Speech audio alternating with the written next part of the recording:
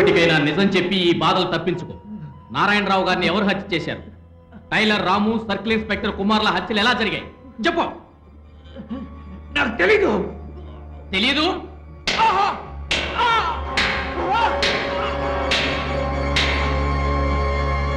Sir Rotapeta sir.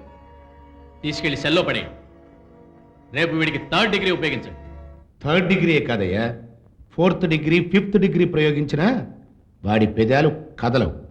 అది నీ భ్రమ. 3rd డిగ్రీ అంటే గాయం కాకుండానే గాయపరుస్తుంది, దెబ్బ కనిపించకుండానే ఎముకలు విరిచేస్తుంది, కళ్ళ ముందరే నరకాన్ని చూపిస్తుంది.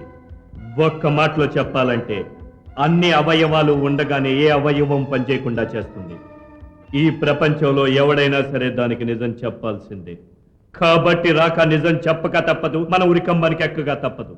మనం ఉరికమ్మ ఇవ్వటానికి వీలేదు. అందుకే నేను ఒక ఉపాయం ఆలోచించాను. ఏమిటది?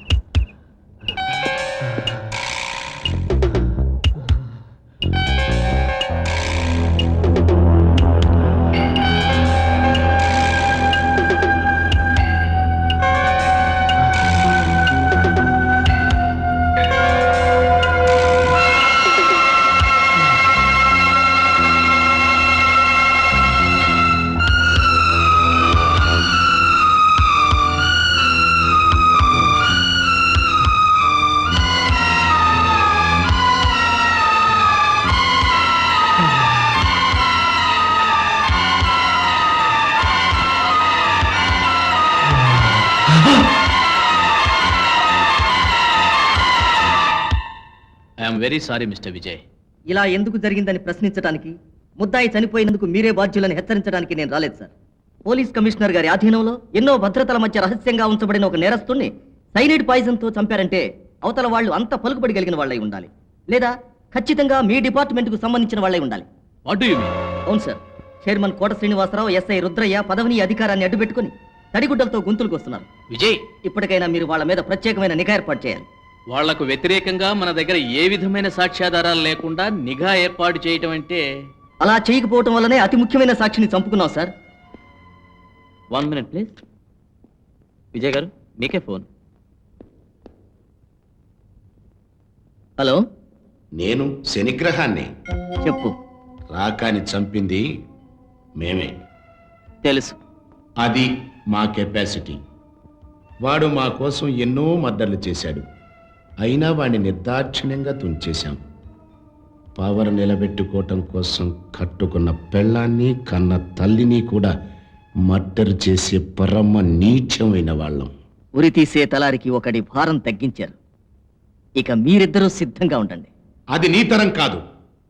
వెంటనే నువ్వు ఈ కేసు విత్డ్రా చేసుకోకపోతే ప్రపంచంలో నీకు అతి ప్రియమైన మీ అమ్మ ప్రాణాల్ని నేను విత్డ్రా చేసేస్తాను. జోలపాట పాడిన ఆ గొంతును కోసి శరీరం నుండి శాశ్వతంగా వేరు చేస్తాను. నీ కళ్ళ ముందే దాన్ని చిత్రవధ చేసి ముక్కలు ముక్కలుగా నరికేస్తాను.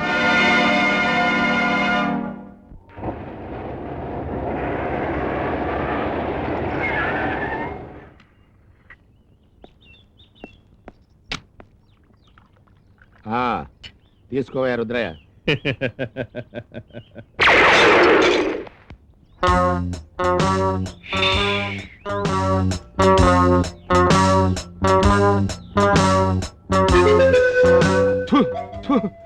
అదరగొట్టేసావు కదయ్యా. ఆ తుపాకీ పేల్చడం ఏమిటి? ఈ కొత్త గెటప్ ఏమిటయ్యా? జనరల్ నాలెడ్జ్ తెలియని జెర్రిగుడ్డ. ఈ గెటప్ పేరు bond, James bond. By the by, ఈ చింపిరి జుట్టు వెధవ అంటే నీ కొడుకే కదూ? నన్ను చింపిరి జుట్టు అంటావా? ఎవడ్రా నువ్వు? విన్నావురా కోట? ఒరే బాబు, నేను చచ్చిన తర్వాత తలకొరి పెడదు గాని ఆయన్ని తిట్టి ఇప్పుడే నా జీవితానికి నిప్పెట్టకు. అదేమిటి నేను అలా అంటావు? ఈ ఉడతలు పెట్టే వెద వచ్చి నోటుకొచ్చినట్టు వాగుతుంటే ఆ జేమ్స్ బాండ్ ఉడతలు పట్టేవాడా? ఒరేయ్ కోట, నీ చిన్న మూర్ఖుని మూతి కుట్టేస్తావా లేక నీ పాపాల సంచి పోలీసుల దగ్గర విప్పేయమంటావా? ఒరే రాజా, నువ్వు ముందు ఇక్కడి నుంచి వెళ్ళిపో. నేను వెళ్ళను. నేను ఎందుకు వెళ్ళాలి? నువ్వు వాడికి ఎందుకు భయపడుతున్నావు నేను తెలుసుకోవాలి. అది చిదంబర రహస్యం చిన్న. ఆ రహస్యం బయటపడితే మీ నాన్న ఈ రుద్రయ్య ఇక్కడ ఉండర్రా కన్నా. బాండు గారు, ఏర్పాట్లన్నీ సిద్ధంగా ఉన్నాయి. తమరు ఏ గంటలో ఇటలీ అంటారో, ఏ నిమిషంలో ఫ్రాన్స్ అంటారో తెలియక అన్ని దేశాలకు సంబంధించిన వీసాలు సిద్ధం చేసి ఉంచాను. ఫలానా దేశం అని చెప్తే చాలు, ఆ దేశానికి సంబంధించిన విమానాన్ని మా దొడ్లో దింపించి మిమ్మల్ని ఎక్కించే ఏర్పాటు చేస్తాను. చెప్పండి, ఇంతకీ ఏ దేశం వెళ్తారు? నే వెళ్ళను. ఆ? అవును, విదేశీ విహారం చేసి చేసి విసుగు పుట్టింది. ఇక నుంచి మన దేశంలో కాశ్మీర్ నుంచి కన్యాకుమారి వరకు తిరుగుతూ చివరికి ఆముదాల వలసలో ఆవకాయ తింటూ సెటిల్ అవుదామని నిర్ణయించుకున్నాను. నాకు 10 లక్షలు ఇండియన్ కరెన్సీ కావాలి. చిత్తం, ఇకనైనా ఈ వాయింపుడు ఆపుతారా? పిచ్చివాడ, వాన రాకడా ప్రాణం పోకడా ఎవరు చెప్పగలరు? ఈ జేమ్స్ బాండ్ కి మాత్రం ఏం తెలుసు? ఏమో, డబ్బు అవసరం ఎప్పుడొస్తుందో. కోట, ఆ, ఆ, ఏర్పాట్లు చూడు. అలాగే, మా అబ్బాయితో రేపు ఉదయం పంపుతాను. వస్తాను. ఆముదాల వలసకి ఫోన్ చేసి ఆవకాయ పెట్టించాలి. ఎందరో జేమ్స్ బాండ్ ఏమిటా త్యాగరాజ కీర్తన? అబే ఏం లేదు. జాగ్రత్త, బుర్ర రామ్దాస్ కీర్తన పాడిస్తాను. ఆ, ఏదో రహస్యం ఇందులో ఉంది. ఆ,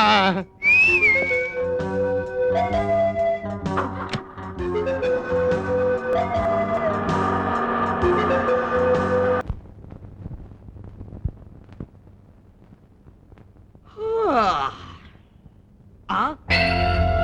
ఆ? ఆ? ఏయ్! ఏయ్! ఆ? ఎవడ్రా నువ్వు? నిన్ను నరకానికి పంపడానికి వచ్చినవాడిని. ఓహో, అంటే నన్ను చంపడానికి ఆ మూర్ఖపు కోట నిన్ను ఏర్పాటు చేశాడన్నమాట. ఎంత ధైర్యం! పిచ్చి సోదరా, నీకు తెలియకపోవచ్చేమో గాని ఆ దౌర్భాగ్యపు కోటాకి బాగా తెలుసు. నేను ఎప్పుడు ఏ విధంగా ఎవరి చేతుల్లో తెచ్చినా సరే ఆ కోటాగాడి బృందాన్ని మూకుమ్మడిగా ఒకే ఉరికంబాన్ని ఉరివేసే బలమైన సాక్ష్యం ఇటు ముఖ్యమంత్రి గారికి, అటు కమిషనర్ గారికి, ఒక పక్క పేపర్ వాళ్ళకి ఒకేసారి చేరుతుందన్నమాట. ఎస్, అదే మాకు కావాల్సింది. ఇప్పుడు నిన్ను చంపితే ఆ సాక్ష్యం వాళ్ళకి చేరి ఆ దుర్మార్గులు ఉరి కంబ ఎక్కుతారు. మీరా? ఇప్పుడు అర్థమైంది. మేడం, ఈ ముడి విప్పామనుకోండి, ఆ గుండు వీడి తల మీద పడి కపాలం పగిలి మెదడు బయటకొచ్చి వీడు చావడానికి ఎంత టైం పడుతుందంటారు? ఎంత టైం ఏంటి? 2 క్షణాల్లో వీడు నరకానికి చేరుకుని వీడి పూర్వీకుల పక్క ఉయ్యాల్లో ఊగుతాడు. పాప, వీణ్ణి కనటానికి ఆ తల్లి ఎంత శ్రమపడుంటుందో. వీణ్ణి చంపటానికి మనం ఇంత తక్కువ టైం తీసుకుంటే ఎలా? మంచాన్ని కొద్దిగా అలా జరుపుదాం. గుండు గుండెకు తగిలి గిలగిలా తన్నుకొని చేస్తాడు. ఓకేనా? ఆలోచించాలి. అయ్యో, డాక్టర్లు ఎలా ఆపరేషన్ చేయాలా అని ఆలోచిస్తారు, మీరు నన్ను ఏ పద్ధతిలో చంపాలా అని ఆలోచిస్తున్నారా? ఇది అన్యాయం, నన్ను వదిలేయండి. నిన్ను వదిలేయటానిక ఇన్ని ఏర్పాట్లు చేశాను. అమ్మో, ఆ సాక్ష్యం మీకు చాలా ఉపయోగపడుతుంది. బయటపడితే ఆ కోటాగాడు ఉరికంబో ఎక్కడమే కాదు, లలిత నిర్దోషిగా విడుదలవుతుంది. చెప్పు, ఏమిటా సాక్ష్యం? ముందు కట్లిప్పు గురించి చెప్తాను.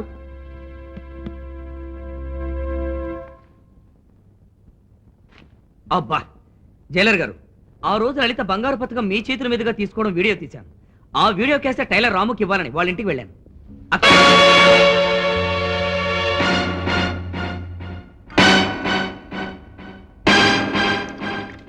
ఎందరో పనికి మాలిన వెధవలు, అందరి ఆత్మలు అఘోరించాలి. అఘోరించు. ఎందరో హంతకులు, అందరికీ ఉరితాళ్ళు. Cheers. బూతు సినిమాలు తీసి బతికే బూజు వెదవా, మాతో కలిసి మందు కొట్టడానికి ఎంత ధైర్యంరా నీకు? అలా అనుకో గురు, కాలం కలిసి వస్తే విలన్లు హీరోలు అవుతారు, హీరోలు విలన్లు అవుతారు. ఏంట్రా, వీడియో వదిలి ఆడియోలో పడ్డావా? తెగ బాగుతున్నావు. కాదండి, కొత్త సినిమా ఒకటి తీశాను, మీకు చూపించాలని ఆత్రంగా తెచ్చాను.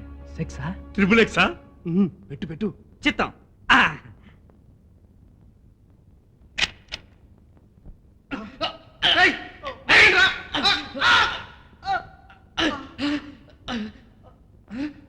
ఇన్స్పెక్టర్,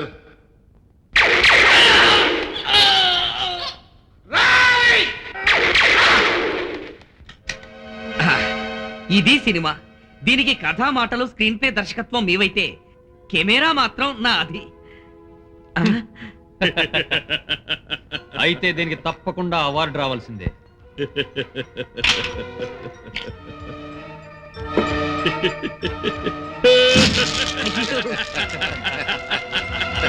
శబాష్ రాక ఇక వాడిని ఫారెన్ పంపించే. అంటే పైకేనా? ఒక్క నిమిషం ముందు నా మరణ వాంగ్మూలం విని ఆ తర్వాత నన్ను చంపేయండి ప్లీజ్. మీలాంటి వాళ్లతో ఆడుకోవడం నిప్పుతో చెలగటమని నాకు బాగా తెలుసు. ఈ క్యాసెట్ చూసిన వెంటనే మీరు నా బ్లాక్ మెయిలింగ్ లో పడిపోయి నాకేదో డబ్బులు ఇచ్చేస్తారనుకునేంత వెర్రి విధవరు మాత్రం కాదు. ఈ వీడియో సినిమాకు ముగింపు మీరు అలా ఇస్తారని నేను ముందే ఊహించాను. అందుకే వీడియో సినిమా క్యాసెట్లు 3 ప్రింట్లు తీయించాను. ఒకవేళ మీరు నన్ను తుపాకీతో కాల్చినా, కత్తితో చీల్చినా, వేరే విధంగా నేను చచ్చిపోయినా ఆ 3 ప్రింట్లలో ఒకదాన్ని కమిషనర్ గారి ఆఫీసుకు, ఇంకోటి చీఫ్ మినిస్టర్ గారి ఆఫీసుకు, మరొకటి పేపర్ వాళ్ళ ఆఫీసుకు. ఆగు! నువ్వు ఏమాత్రం ఆవేశపడినా మీరు ముగ్గురు ఒకే ఉరికంబారికి వేలాడతారు. రాక వాడిని చంపకొదిలే. నన్ను చంపడం కాదురా, ఇక నుంచి మీరు ముగ్గురే నన్ను కాపాడాలి.